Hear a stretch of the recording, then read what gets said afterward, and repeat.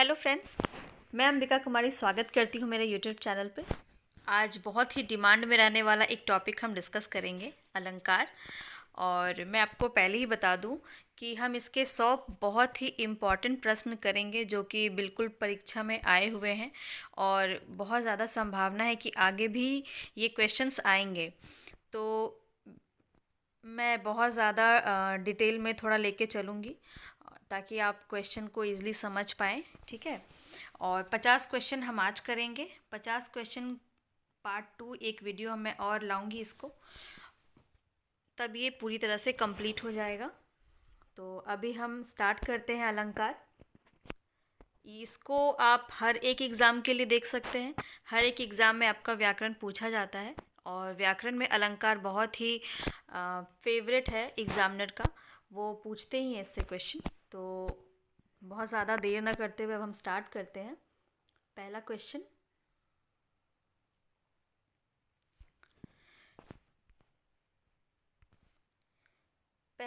है मुदित महीपति मंदिर आए, सेवक सचिव सुमंत बुलाए। तो सबसे पहला ही जो है हमारा शब्द अलंकार के अंतर्गत आता है ऐसा अलंकार जिसमें जो ये वर्णों की आवृत्ति आपको आप देख सकते हैं यहाँ पे मुदित म इधर सेवक सचिव सुमंत बुलाए। तो आप बहुत अच्छे से जान रहे होंगे कि इसका कौन सा क्या आंसर होगा।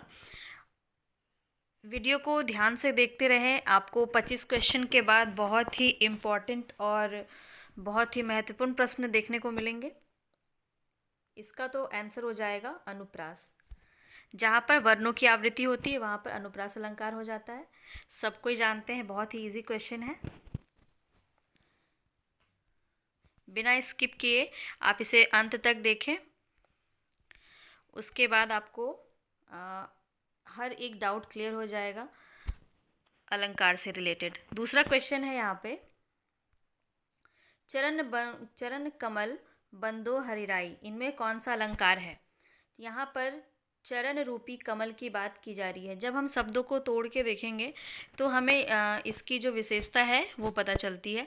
जैसे हम एक की पॉइंट रखते हैं हर एक अलंकार में। अनुप्रास में क्या था कि वर्णों की आवृत्ति हो रही थी, वैसे ही यहाँ पर जब हम किसी उपमान और उपमेय की बात करते हैं तो जब हम उसे उपमान को मान लेते हैं, जैसे कि यहाँ पर चरण को कमल के समान ही मान लिया गया है, मतलब कमल ही मान लिया गया है, चरण कमल बंदो हरिराई।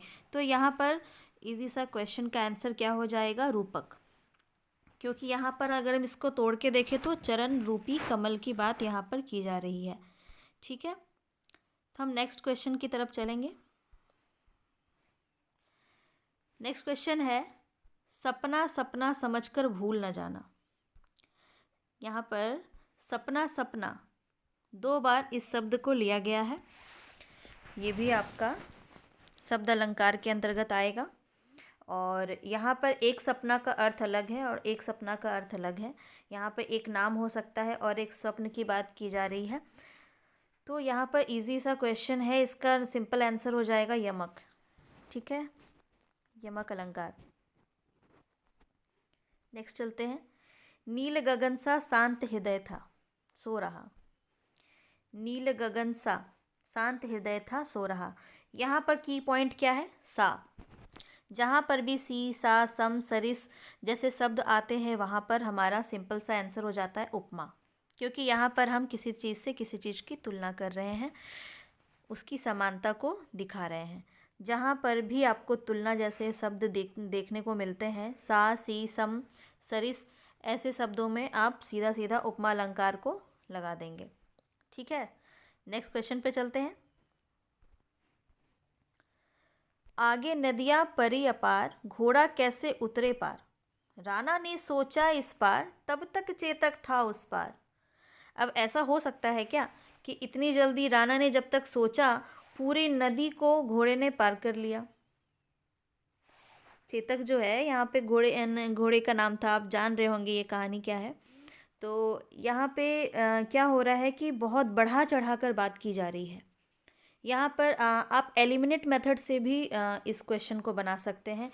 यहाँ पे आपको कहीं भी रूपक की बात नहीं की गई है, यहाँ पे कहीं भी ऐसा नहीं है कि बहुत सारे वर्णों की आवृत्ति हो रही है, तो ये भी नहीं हो जाएगा। और दो शब्दों की आवृत्ति भी नहीं हो रही है जहाँ शब्द अलग अलग हो, तो यमक भी नहीं होगा। तो इसलिए यहाँ पे सिंपल सा क्वेश्चन का आंसर क्या हो जाएगा? अतिशयोक्ति अलंकार। ठीक है, नेक्स्ट क्वेश्चन पे चलते हैं। क्वेश्चन नंबर 6 है, फूल हंसे कलियां मुस्काई। हम हर एक अलंकार को टच करते हुए चलेंगे और उसकी जो विशेषताएं हैं, जो उसके की पॉइंट हैं, उसको ध्यान में रखते हुए चलेंगे। यहाँ पर क्या कहा जा रहा है? फूल हंसे कलियां मुस्काई। तो यहाँ पर इसको भी आप एलिमिनेट कर सकते हैं। यहाँ पर किसी चीज़ का किसी से रूपक नहीं हो रहा है, ना ही किसी से तुलना की जा रही है, ना ही यहाँ पर किसी दो शब्दों की आवृत्ति हो रही है जिसके दो अर्थ अलग अलग हों। तो सिंपल सा यहाँ हमारा क्वेश्चन हो जाएगा मानवीकरण अलंकार। अब ये मानवीकरण कब होता है? मानवीकरण का मतलब होता है जहाँ पे आप प्रकृति की किसी चीज़ को मानव की जो भी उसकी क्रियाएं होती हैं, जो भी अवस्थाएं होती हैं, उससे हम अगर तुलना करते हैं। जैसे कि फूल जो है वो प्रकृति का रूप है, लेकिन वो मानव की तरह क्रिया कर रही है, वो हंस रही है, मुस्कुरा रही है, तो यहाँ पर मानवीकरण अलंकार हो जाएगा। सिंपल सा क्वेश्चन है, उम्मीद है आपको समझ में आ रहा होगा। आपको अगर ये वीडियो अच्छा लग रहा होगा तो आप इसको लाइक कीजिएगा और कमेंट बॉक्स में आप लिखिएगा कि आपको और नेक्स्ट किस टॉपिक पे वीडियो चाहिए। नेक्स्ट क्वेश्चन हम देखते हैं। 7वां क्वेश्चन है, बंदो गुरु पद पदम परागा, सुरुचि सुबास सुरस अनुरागा।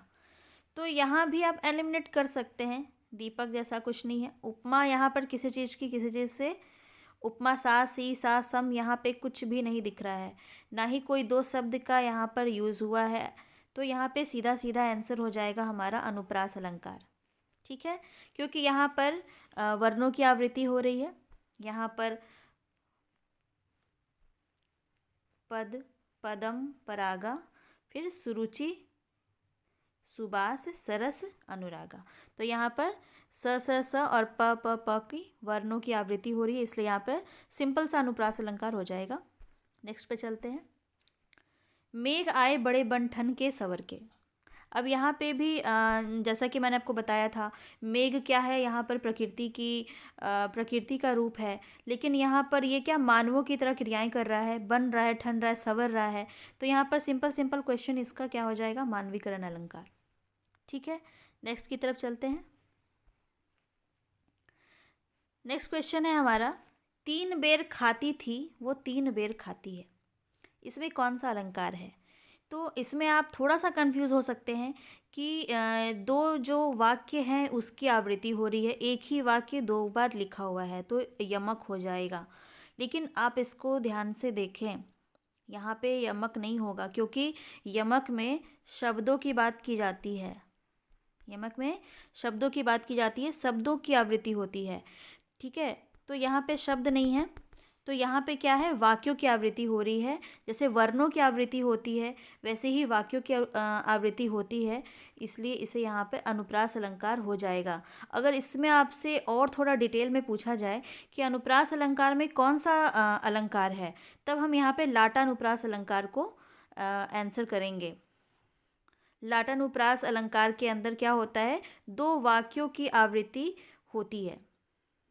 ठीक है, तो यहाँ पर ये हो जाएगा। अगर अनुप्रास अलंकार आपके ऑप्शन में ना हो, तब आप यमक की तरफ जा सकते हैं, क्योंकि यहाँ पे बेर है, फिर यहाँ भी बेर है, मतलब तीन टाइम खाती थी वो, और बेर एक फल का भी नाम है। तो अगर यमक ना हो, अगर अनुप्रास ना हो, तो आप यमक की तरफ जा सकते हैं। अगर यहाँ पे लाटानुप्रास अलंकार ना हो, तब आप यमक की तरफ जा सकते हैं। लेकिन बहुत ही ज़्यादा जिस चीज़ को लेकर के नियम बनाए गए हैं वो ज़्यादा इम्पॉर्टेंट होता है। ठीक है, क्योंकि अनुप्रास अलंकार के अंदर लाटानुप्रास अलंकार में हमेशा से यही इसकी विशेषता, यही इसकी की पॉइंट रही है कि दो वाक्यों का यहाँ पे आवृत्ति होता है। ठीक है, अब हम नेक्स्ट क्वेश्चन की तरफ चलते हैं। देखिए यहाँ पे अलंकार जो होता है सब एक दूसरे से कनेक्टेड होते हैं। तो जहाँ पे जिस चीज़ का ज़्यादा महत्व दिखाया जाएगा हम उस चीज़ को लेके चलेंगे। कुछ भी ऐसा स्टिक नहीं होता है। आगे भी आप क्वेश्चन में देखिएगा कि एक ही जो वाक्य है उसके दो भी अलंकार हो सकते हैं, बहुत सारे अलंकार हो सकते हैं, लेकिन जहाँ पे जिस चीज़ को इम्पोर्टेंस दिखाया जा रहा है हम उसको अलंकार के रूप में मान के चलेंगे। यहाँ पे नेक्स्ट क्वेश्चन है, हे फूल सी कोमल बच्ची हुई राख की ढेरी थी। यहाँ पर साफ साफ दिखाई दे रहा है कि सी शब्द का प्रयोग हुआ है। तो सी, सा, सम, सरिस ये सब शब्दों का प्रयोग हम कहाँ करते हैं? उपमा अलंकार में करते हैं। हमारा आंसर हो जाएगा उपमा अलंकार। नेक्स्ट क्वेश्चन की तरफ चलते हैं। मैया मैं तो चंद्र खिलौना ले हूँ। अब यहाँ पे आप देखिए एक अलंकार में ये भी होता है कि ये जो चिन्ह आप देख रहे हैं प्रयोजक चिन्ह के अगर यूज़ हो रहा है तो बहुत हद तक उम्मीद होती है कि वहाँ पे रूपक अलंकार हो जाता है। आप एक तो ये योजन चिन्ह देखेंगे और दूसरा कि यहाँ पे क्या बोला जा रहा है, चंद्र रूपी खिलौना। यहाँ पे खिलौना जो है चंद्र को मान लिया गया है। यहाँ पे उपमेय को उपमान की तरह बताया गया है। मतलब मैया मैं तो चंद्र की तरह खिलौना नहीं, चंद्र ही खिलौना चाहिए। यहाँ पे इस तरह का मीनिंग आ रहा है। तो इसलिए यहाँ पे चंद्र रूपी खिलौना इसका अगर हम विग्रह करें तो चंद्र रूपी खिलौना हो जाएगा, इसलिए यहाँ पे रूपक अलंकार हो जाएगा। हम नेक्स्ट क्वेश्चन की तरफ चलते हैं। नेक्स्ट क्वेश्चन है, धनुष उठाया जो ही उसने और चढ़ाया उस पर बाण, धरा सिंधु नभ कहाँ पर सहसा विकल हुए जीवों के प्राण। अब इसमें क्या हो जाएगा?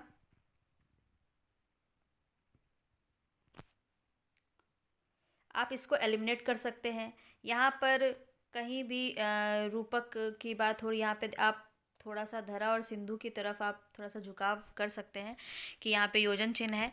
लेकिन यहाँ पे आप देखिए कि इसकी ना ही उपमा उपमेन की बात यहाँ पे नहीं की जा रही है। धरा सिंधु, जैसे धनुष को उठाया, मान लीजिए राम जी ने धनुष को जैसे ही उठाया और बाण बाण चढ़ाया तो क्या हुआ, धरा सिंधु नभ सब कोई क्या हो जाते, विकल हो जाते सबके प्राण।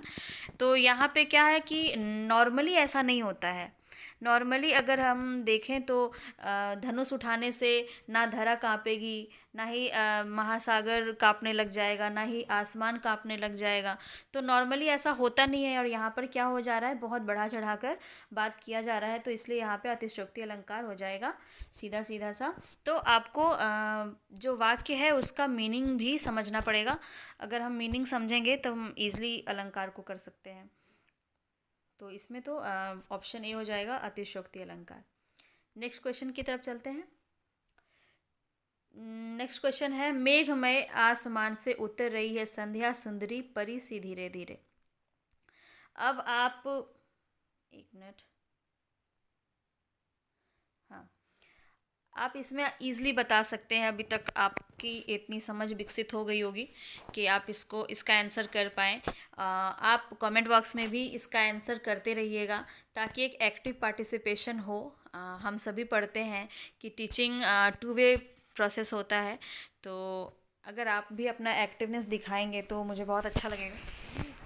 इसीलिए आप लोग कमेंट में ज़रूर आंसर कीजिएगा और एक्टिव रहेंगे तो दोनों तरफ से अच्छा लगेगा। तो फिलहाल इसमें अगर हम देखें तो यहाँ पे भी क्या हो रहा है, मेघ की बात की जा रही है। मेघमय आसमान से उतर रही संध्या सुंदरी परी सी धीरे धीरे। यहाँ पे सी का प्रयोग किया गया है, ठीक है, मानती हूँ। योजन चिन्ह का भी प्रयोग किया गया है और संध्या सुंदरी, संध्या को सुंदरी के समान बताया गया है। लेकिन यहाँ पे क्या हो जाएगा ना कि फिर वही बात हो जाती है कि आपके ये भी नियम फॉलो हो रहा है, आपका ये भी नियम फॉलो हो रहा है, लेकिन इसका मीनिंग क्या जा रहा है? मीनिंग जा रहा है कि मेघमय आसमान से कौन उतर रही है? संध्या उतर रही है। और संध्या को संध्या यानी कि शाम, तो शाम को सुंदरी की तरह बताया गया है, सुंदरी की तरह बताया गया है, यानी कि यहाँ पे भी मानवीकरण का प्रयोग हो रहा है। तो यहाँ पे जो ज़्यादा दिख रहा है आपको कि हाँ ये बहुत ज़्यादा मात्रा में यहाँ पे दर्शाया गया है, तो हम उसी को पहले लेके चलेंगे, ठीक है, तो यहाँ पे भी मानवीकरण अलंकार हो जाएगा। अगर यहाँ पे मानवीकरण अलंकार नहीं होता है तब आप उपमा भी लगा सकते हैं। ठीक है, नेक्स्ट क्वेश्चन की तरफ चलते हैं। 14 नंबर क्वेश्चन में है, चारूचंद्र की चंचल किरणें खेल रही थी जलथल में, इसमें कौन सा अलंकार है? देखिए ये बहुत ही फेमस क्वेश्चन है और लगभग इसका आंसर सभी को पता होगा। तो यहाँ पे क्या हो रहा है, यहाँ पे च च और च इसकी आवृत्ति हो रही है बार बार, तो यहाँ पे क्या हो जाएगा, सीधा सीधा अनुप्रास अलंकार हो जाएगा। यहाँ पे च वर्णों की आवृत्ति बार बार हो रही है। नेक्स्ट क्वेश्चन पे चलते हैं। 15वां क्वेश्चन है, मुख बाल रवि सम लाल होकर ज्वाला सा हुआ बोधित। अब यहाँ पे आप देख रहे हैं कि सम सा शब्दों का प्रयोग हुआ है। सम सा सी सरिस ऐसे शब्दों का जहाँ पे यूज़ होता है वहाँ पे क्या हो जाता है, सिंपल सा हमारा उपमा अलंकार हो जाता है। ठीक है, नेक्स्ट क्वेश्चन पे चलते हैं। 16 क्वेश्चन है हमारा, माला फेरत जुग भया मिटा न मन का फेर कर का मन का डारी के मन का फेर। तो यहाँ पे आप देख रहे हैं कि शब्दों की आवृत्ति बार बार हो रही है। मन का, यहाँ पे भी मन का और यहाँ पे भी मन का।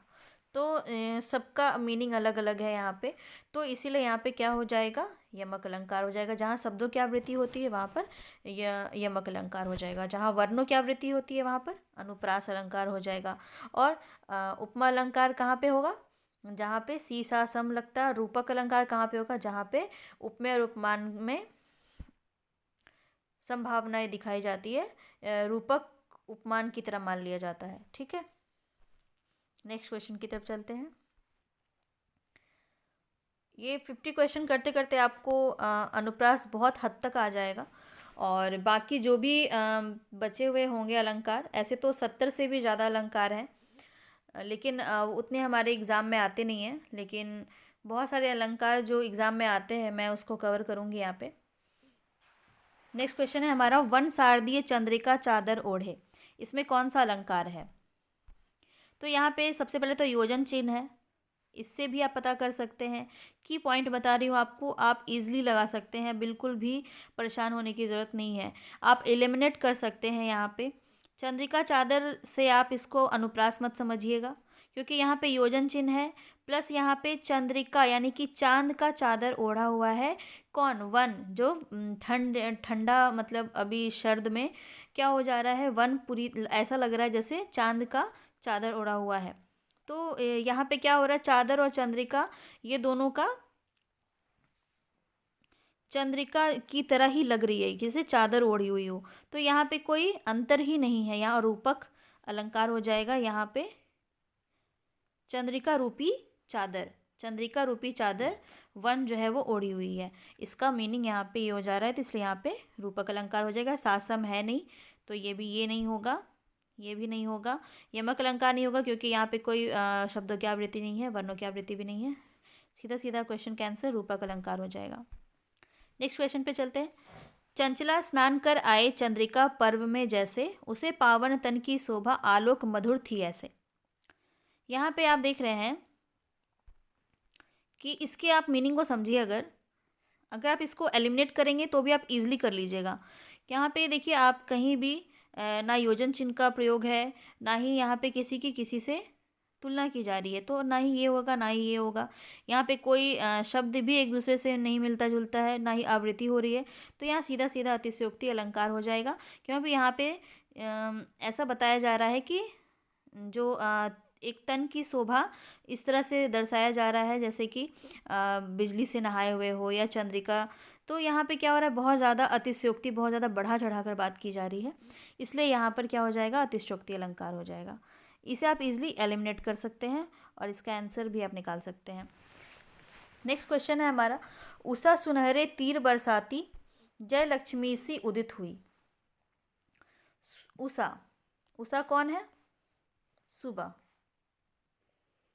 उषा सुनहरे तीर बरसाती लक्ष्मी सी उदित हुई, यहाँ पे आप सी को देख करके उपमा लगा सकते हैं, लेकिन यहाँ पे उपमा नहीं होगा क्योंकि यहाँ पे तुलना नहीं हो रहा है किसी चीज़ से। यहाँ पे बोल रहा है कि सुबह इस तरह से सुनहरा धूप निकल रहा है, या तो वो क्या हो रहा है ना कि ऐसा प्रतीत हो रहा है कि ये उषा जैसा बरसा रही हो। यहाँ पे अगर देखा जाए तो प्रकृति के बारे में बात की जा रही है। तो अगर दोनों हो ऑप्शन में तो आप सीधा सीधा मानवीकरण अलंकार की तरफ जाएंगे।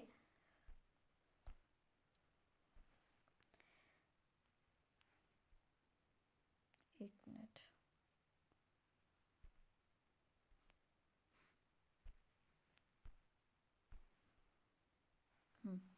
चंचला स्नान कर आए चंद्रिका पर में जैसे, उसे पावन तन की शोभा आलोक मधुर थी ऐसे। तो इसका ऑप्शन क्या हो जाएगा?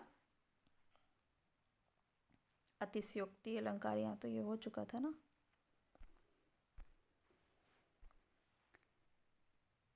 ये तो हो चुका था। हाँ, ये वाला हम कर रहे थे। तो इसमें क्या हो जाएगा? मानवीकरण अलंकार हो जाएगा। ठीक है, यहाँ पे मानवीकरण अलंकार हो जाएगा।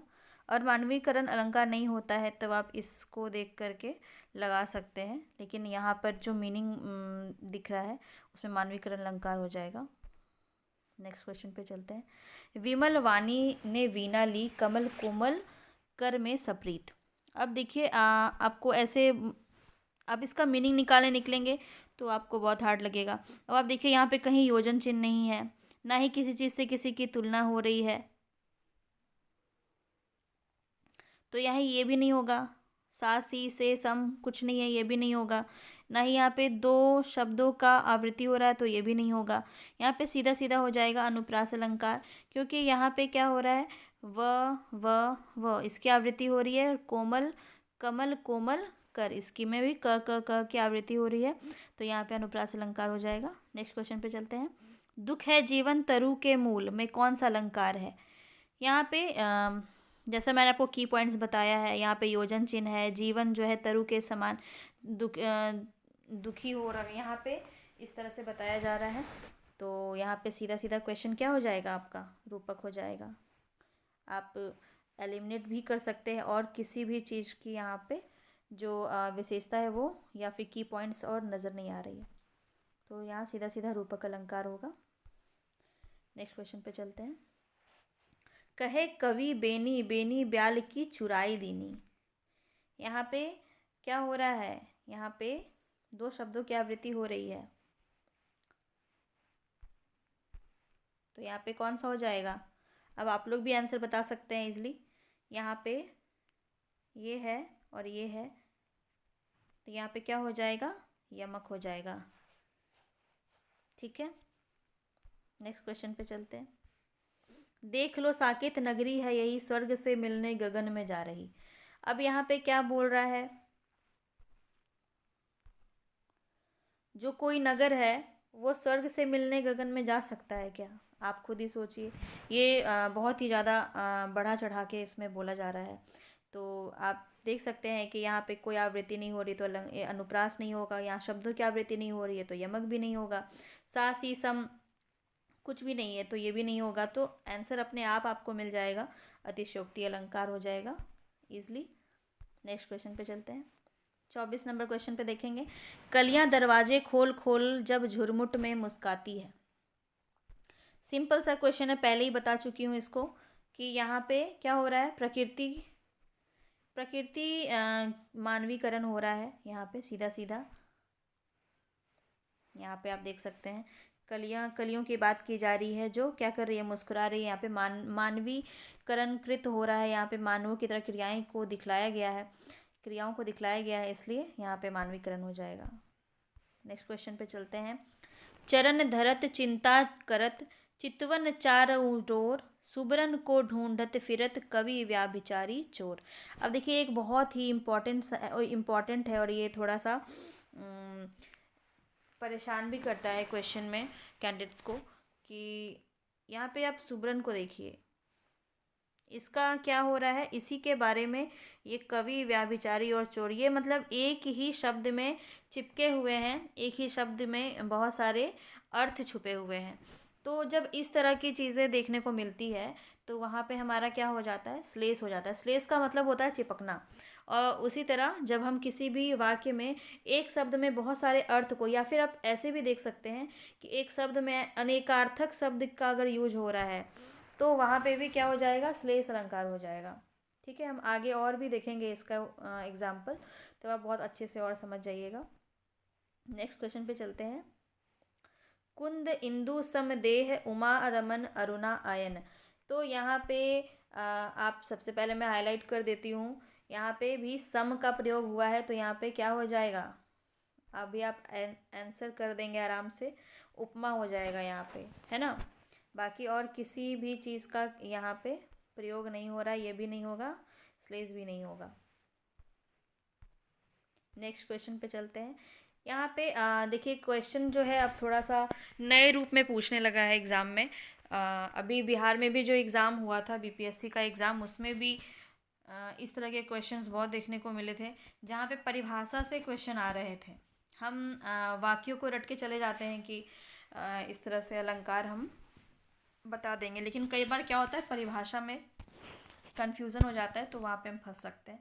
तो मैं हर तरह के प्रश्न लेके आई हूँ ताकि आपको किसी भी तरह से कोई प्रॉब्लम ना हो। अब यहाँ पे क्या बोला जा रहा है, जहाँ उपमेय में उपमान की समानता, इजी सा है, जहाँ पे समानता की बात हो रही हो, मतलब सा सम इस तरह की चीज़ों के हम प्रयोग करते हैं तो वहाँ पे इजली क्या हो जाता है, उपमा हो जाता है। तो जहाँ भी उपमेय में उपमान की समानता की बात होगी वहाँ पे उपमा हो जाएगा। ठीक है, जहाँ संभावना की बात होगी वहाँ क्या हो जाएगा, उत्प्रेक्षा हो जाएगा।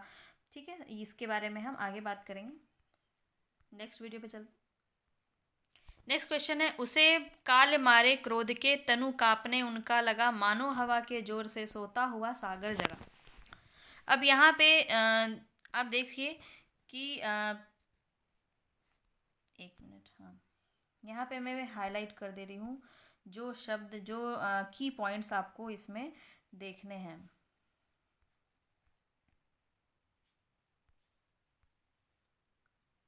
मानो, जब मनु मानो जनु जानो इस तरह के शब्दों का प्रयोग होता है तो वहाँ पे हमारा क्या हो जाता है, उत्प्रेक्षा हो जाता है। इसको आप इजली एलिमिनेट भी कर सकते हैं कि यहाँ पे देखिए कहीं भी आपको उपमेय उपमान की कोई संभावनाएं नहीं, कोई ऐसा नहीं दिखाया जा रहा है जहाँ पे रूपक अलंकार की बात हो, ना ही सासम का प्रयोग हुआ है तो उपमा भी नहीं होगा, अतिशयोक्ति भी नहीं होगा क्योंकि क्रोध के मारे हमारा जो तन है वो कांपने लगता है, ये बहुत ही अतिशयोक्ति इसको नहीं कहेंगे, तो इसीलिए यहाँ पे उत्प्रेक्षा हो जाएगा। और मनु मानो, मनु मानो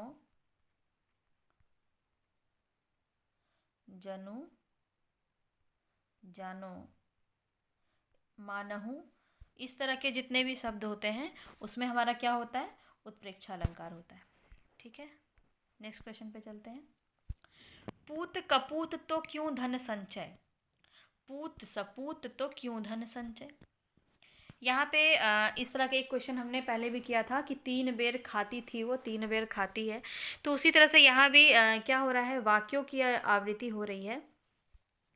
और यहाँ पे तो आपका बहुत ही आसानी से आप बता सकते हैं क्योंकि यहाँ पे क्या है, आपका अनुप्रास अलंकार के ही उसके भेद का ही यहाँ पे विकल्प दिया हुआ है, तो आप इजली बता पाइएगा। पूत कपूत, यानी कि पूत अगर कपूत है तो हम धन इकट्ठा करके क्या करेंगे, और अगर पूत सपूत है वो खुद ही कमा लेगा, खुद ही सब कुछ कर लेगा, तो फिर हम क्यों धन संचय। तो यहाँ पे इस तरह का इसका अर्थ आ रहा है।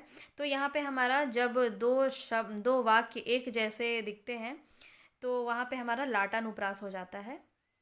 छेकानुप्रास कहाँ पे होता है, जहाँ पे वर्णों की आवृत्ति एक दो से अधिक बार होती है, छेकानुप्रास हो जाता है।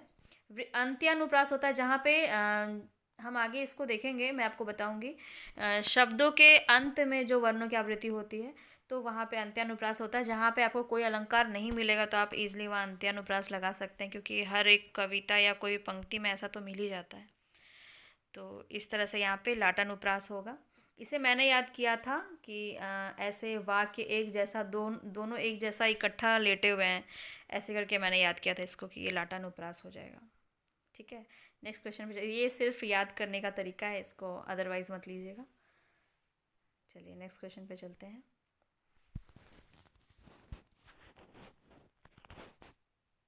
निम्नलिखित विकल्पों में से शब्दालंकार को चिह्नित कीजिए। अब यहाँ पे जैसे हमारा होता है अलंकार, अनुप्रास अलंकार, यमक अलंकार, श्लेष अलंकार। तो इसमें क्या होता है, शब्द अलंकार होता है। तो यहाँ पे इसलिए रूपक नहीं हो जाएगा, क्योंकि रूपक में हम अर्थ की बात करते हैं। तो ये भी नहीं होगा, ये भी व्यतिरेक भी नहीं होगा, प्रतीप भी नहीं होगा। यहाँ पे सीधा सीधा हमारा आंसर है यमक। नेक्स्ट क्वेश्चन पे चलते हैं। जहाँ बिना कारण के कार्य का होना पाया जाए वहाँ कौन सा अलंकार होता है। अब यहाँ पे देखिए, कोई भी शब्द में आपको ऐसा लगेगा कि किसी कर्म के बिना ही, किसी काम के बिना ही कोई कर्म हो गया, बिना, बिनु शब्द का इस्तेमाल होता है। तो ये बिनु जो है वो आपका की पॉइंट यहाँ पे आप कह सकते हैं। तो उस ऐसी स्थिति में हमारा क्या हो जाएगा, विभावना हो जाएगा। जहाँ बिना कारण के कार्य हो जाता है वहाँ पे हमारा विभावना हो जाता है। इसकी पंक्ति एक उदाहरण भी है, वो भी हम आगे देखेंगे। अब यहाँ से मतलब थोड़ा लेवल अप होते जा रहा है और क्वेश्चन का लेवल भी अप होते जा रहा है। आप ध्यान से देखिएगा, आपको हर एक चीज़ समझ में आएगा और अच्छा लग रहा है, आपको मेरी मेहनत पसंद आ रही है तो इसको प्लीज़ लाइक ज़रूर कीजिएगा और लोगों के साथ शेयर कीजिएगा। नेक्स्ट क्वेश्चन की तरफ चलते हैं। नीचे लिखे विकल्पों में से कौन सा विकल्प रूपक अलंकार से संबंधित है। अब यहाँ पे थोड़ा ध्यान से हम देखेंगे। जैसे हमने परिभाषा में देखा था, यहाँ पे क्या बोल रहा है, इसका मुख चंद्रमा के समान है, इसका चंद्रमा इसके मुख के समान है, यह चंद्रमा रूपी मुख है, यह मुख है अथवा चंद्रमा। तो देखिए, अगर हम इसको थोड़ा थोड़ा आपको एक डिटेल में अगर जाएं तो मुख के समान है, समान की बात हम कहाँ करते हैं, उपमा में करते हैं, उपमा में करते हैं। यहाँ पे क्या बोल रहा है, चंद्रमा इसके मुख के समान है। यहाँ पे मतलब कि उपमान को छोटा बता दिया गया है और मुख यानी उपमेय, उपमेय और उपमान तो आप समझ रहे होंगे कि जो जिससे तुलना की जाती है वो उपमान है और जो छोटा है मतलब जिसकी तुलना की जाती है वो उपमेय है। तो यहाँ पे क्या हो रहा है, चंद्रमा तो बड़ा है ना, उपमान है, तो उपमान को नीचा बता दिया गया है और मुख यानी उपमेय को बड़ा बता दिया गया है। तो ऐसा किस में होता है ये हम आगे अभी पढ़ेंगे। आप कहीं जाइएगा मत, देखते रहिए, इसी वीडियो में आपको पता चल जाएगा कि ये इसका किस में होता है। तब मैं आपको इसका हिंट भी करूँगी। यह चंद्रमा रूपी मुख है। यहाँ पे रूपी की बात की जा रही है, हम आपको शुरू से बताते आ रहे हैं कि रूपी की बात कहाँ की जाती है, रूपक में, ठीक है। और यहाँ पे पूछा है रूपक, तो यहाँ पे सीधा सीधा रूपक हो जाएगा। और लास्ट जो दिख रहा है यह मुख है अथवा चंद्रमा, इसका होता है संदेह, संदेह हो रहा है ना कि ये मुख है अथवा चंद्रमा, तो यहाँ पे संदेह अलंकार हो जाएगा। तो ये सब हम आगे देखेंगे। चलिए नेक्स्ट क्वेश्चन की तरफ चलते हैं। तरनी तनुजा तटतमाल तरुवर बहुछाए, बहुत ही सिंपल क्वेश्चन है और हम लोग को रटा हुआ है ये क्वेश्चन का आंसर। तो इसमें तो ज़्यादा टाइम नहीं लूँगी, इसका आंसर हो जाएगा अनुप्रास, क्योंकि यहाँ पे त वर्ण की आवृत्ति हो रही है, त वर्ण की आवृत्ति हो रही है ना, तो इसीलिए यहाँ पे क्या हो जाएगा, अनुप्रास अलंकार हो जाएगा। नेक्स्ट क्वेश्चन पे चलते हैं।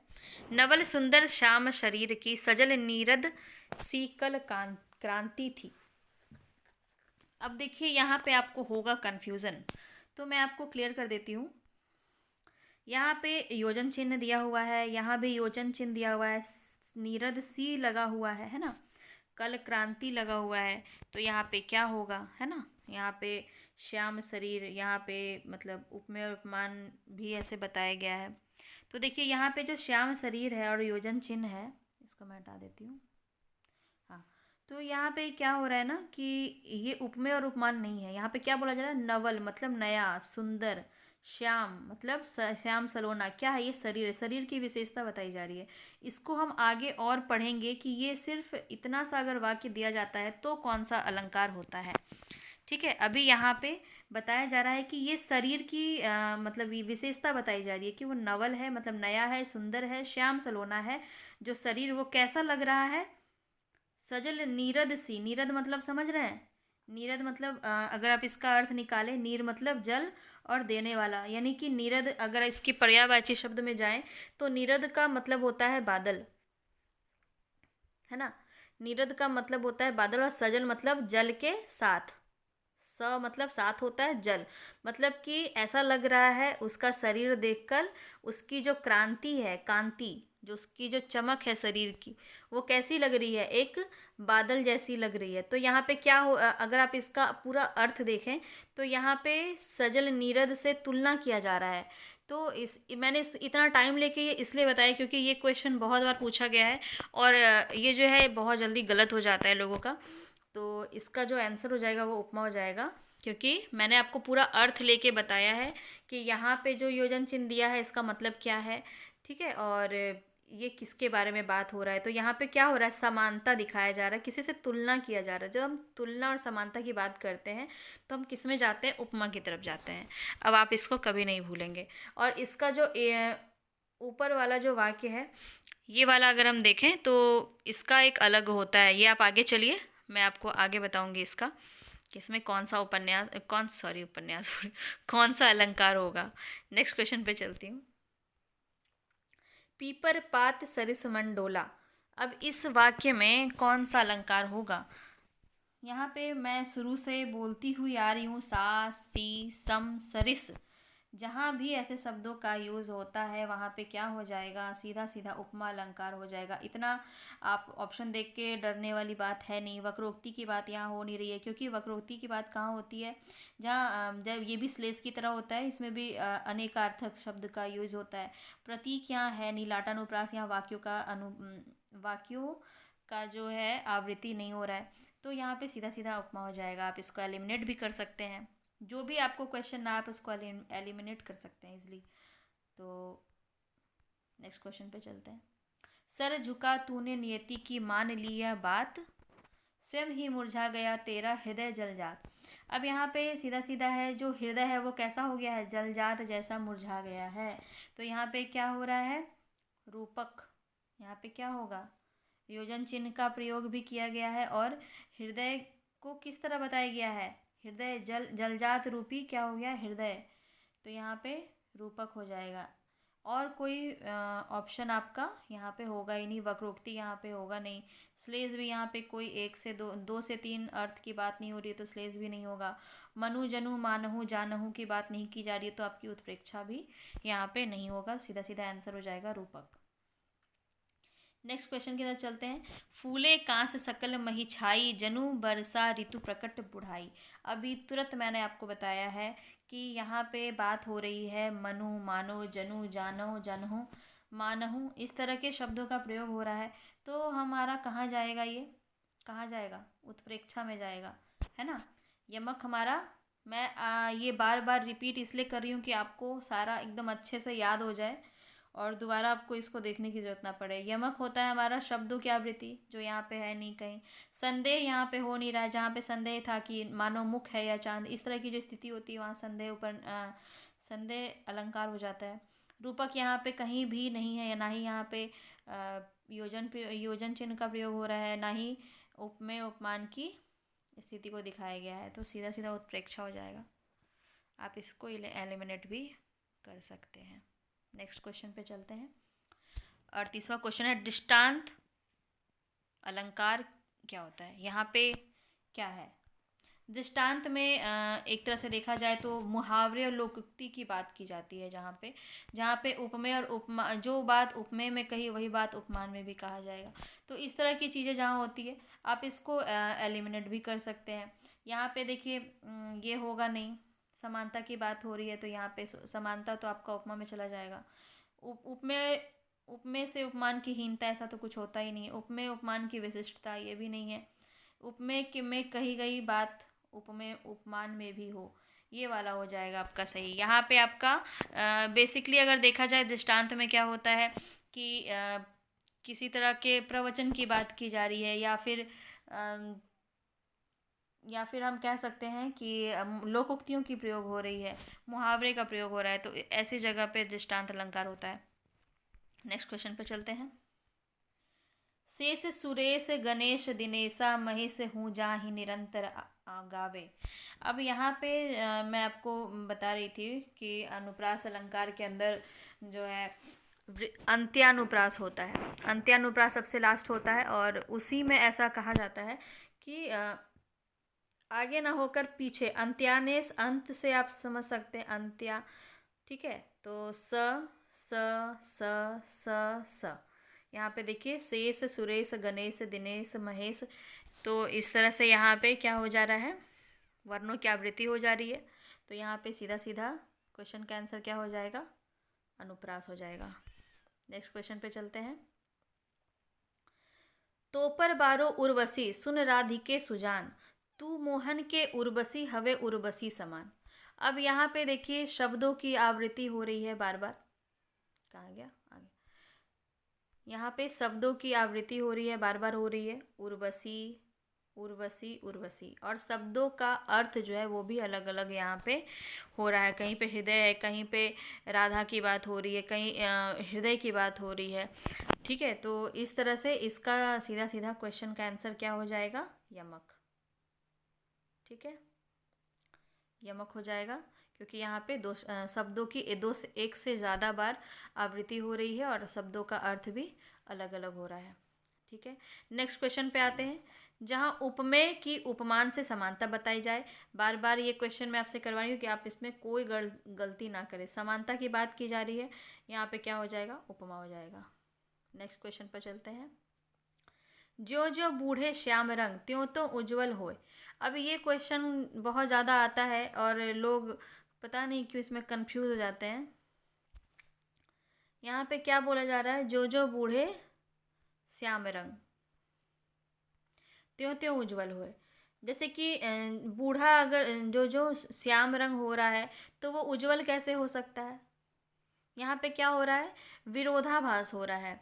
जैसे बोल रहा है कि अगर बोल दिया जाए कि आप जैसे जैसे नीचे आते हैं वैसे वैसे ऊपर जाते हैं, तो क्या हो रहा है कि विरोध हो जा रहा है कि एक साथ दो काम नहीं हो सकता है, दो चीज़ नहीं हो सकता है। तो यहाँ पे आपका यमक नहीं है। उत्प्रेक्षा या मनु मानो जनु जानो की बात नहीं हो रही है, तो यहाँ पे उत्प्रेक्षा भी नहीं होगा। उपमा भी यहाँ पे सा सी सम सरिस कुछ नहीं है, तो ऐसे एलिमिनेट भी आप आसानी से कर सकते थे। और इसका आंसर हो जाएगा विरोधाभास अलंकार। ठीक है, यहाँ पर दो बातों में प्रतिरोध हो रहा है, विरोध हो रहा है, वहाँ पे हमारा क्या हो जाएगा, विरोधाभास अलंकार हो जाएगा। नेक्स्ट क्वेश्चन पे चलते हैं। मानो माई घन घन अंतर दामिनी पंक्ति में कौन सा अलंकार है। तो यहाँ पे शुरू से ही बोलती आ रही हूँ, मानो मनु जानो जने। तो इस तरह की जहाँ पे कोई कल्पना, कुछ संभावना व्यक्त की जा रही है, ये सारे मेरे की पॉइंट्स हैं। इसको भी आप ध्यान में रखेंगे। जहाँ जैसे अब परिभाषा के रूप में अगर पूछ लिया जाए, संभावना की बात हो रही हो, कल्पना की बात हो रही हो, तो वहाँ पे क्या हो जाएगा, उत्प्रेक्षा हो जाएगा। ठीक है, नेक्स्ट क्वेश्चन पे चलते हैं। किस पंक्ति में अपुंती अलंकार है। अब अपुंती अलंकार में क्या होता है, यहाँ पे निषेध वाक्य ज़्यादातर अगर हम इसको पहचानने की दृष्टि से देखें तो हम पहचान सकते हैं इसको। जैसे इसका मुख चंद्रमा के समान है, तो ये क्या हो जाएगा, समान है मतलब उपमा हो जाएगा। ठीक है, ये उपमा हो जाएगा। चंद्र इसके मुख के समान है। अब ये वाला आगे बताऊंगी आपको अभी कि ये वाला क्या होगा। ठीक है, इसका मुख ही चंद्र है, ये भी नहीं होगा। ये किस में हो जाएगा, मुख उपमान को उपमेय मान लिया जाए, कहाँ होता है आपका, रूपक में होता है, ये भी नहीं होगा। ये वाला हो जाएगा आपका आंसर सही। मुख नहीं चंद्र है, यह मुख नहीं चंद्र है। जैसे कि आपको बोले कि तुम खा रहे हो, अगर आपको छुपाना है तो आप क्या बोलेंगे, नहीं मैं नहीं खा रहा हूँ। तो जहाँ पे छुपाने की बात, अपहुंती मतलब होता है कोई भी चीज़ को छुपाना किसी चीज़ से। तो जब इस तरह निषेध, आप सीधा सीधा समझ सकते हैं कि जहाँ पर निषेधवाचक वाक्य का प्रयोग हो रहा हो और अपहुंती आपके अगर ऑप्शन में है तो आप सीधा जाकर उसको टिक कर सकते हैं, कोई दिक्कत नहीं है। नेक्स्ट क्वेश्चन में देखेंगे। उपमेय का निषेध करके उपमान होने का आरोप किया जाए। यहाँ पे कुछ मिस्टेक हो गया है, यहाँ पे आरोप होगा। ठीक है, आरोप किया जाए, तो यहाँ पे अभी मैंने आपको बताया उपमेय का निषेध करके उपमान होने का आरोप किया जाए, मतलब नहीं बोला अभी अभी यहाँ पे हमने पढ़ा ना, किया चंद्र नहीं मुख है, मतलब उपमेय देखिए है ना, यह मुख नहीं चंद्र है। तो उपमेय की बात की जा रही है, उपमान की बात की जा रही है, उपमेय को क्या किया इन्होंने, निषेध कर दिया है। तो उसी तरह से, एक मिनट, उसी तरह से हमारा इसमें होगा अपुंती। क्या हो जाएगा? अपुंती हो जाएगा, क्योंकि यहाँ पे निषेध की बात की जा रही है, जो उपमान का आरोप जो है गलत साबित कर देता है। चलिए नेक्स्ट क्वेश्चन पे चलते हैं। उपमेय में कल्पित उपमान की संभावना को क्या कहते हैं? अभी थोड़ी देर पहले मैंने आपको बताया था कि कल्पित मतलब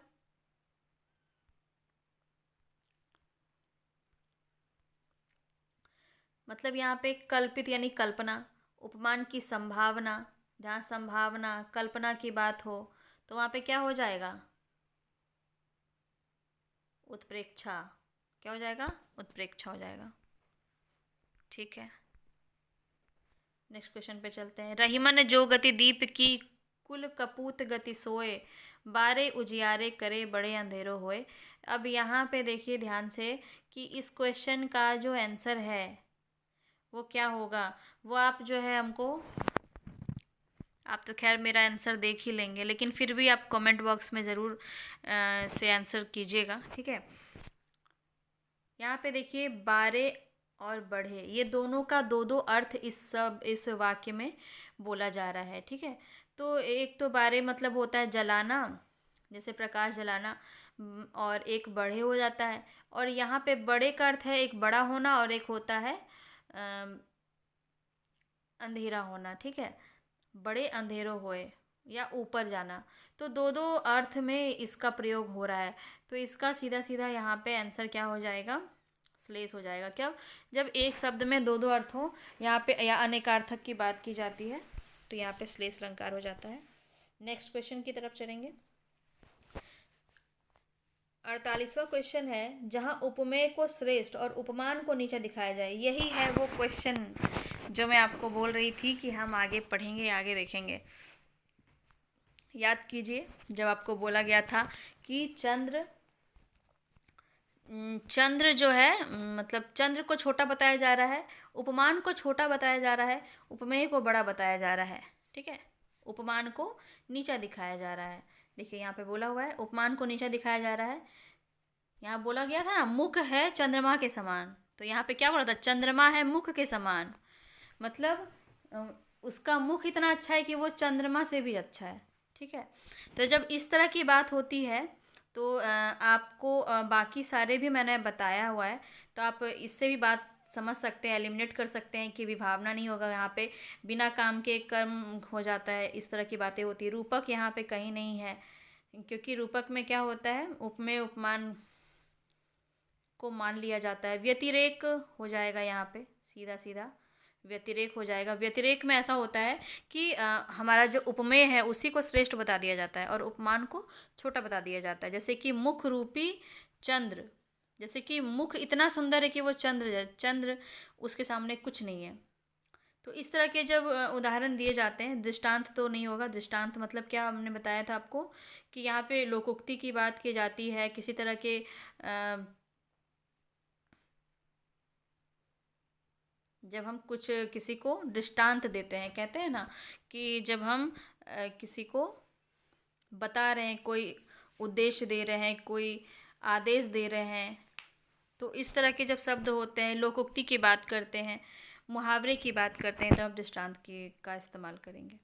नेक्स्ट क्वेश्चन पे चलते हैं। नवल सुंदर श्याम शरीर। अभी आपको पहले का अगर आपने वीडियो अभी स्टार्टिंग में देखा होगा तो यही सेम क्वेश्चन था, नवल सुंदर श्याम शरीर, और नीचे भी दिया हुआ था जहाँ पे बादल से तुलना किया जा रहा था शरीर का, है ना।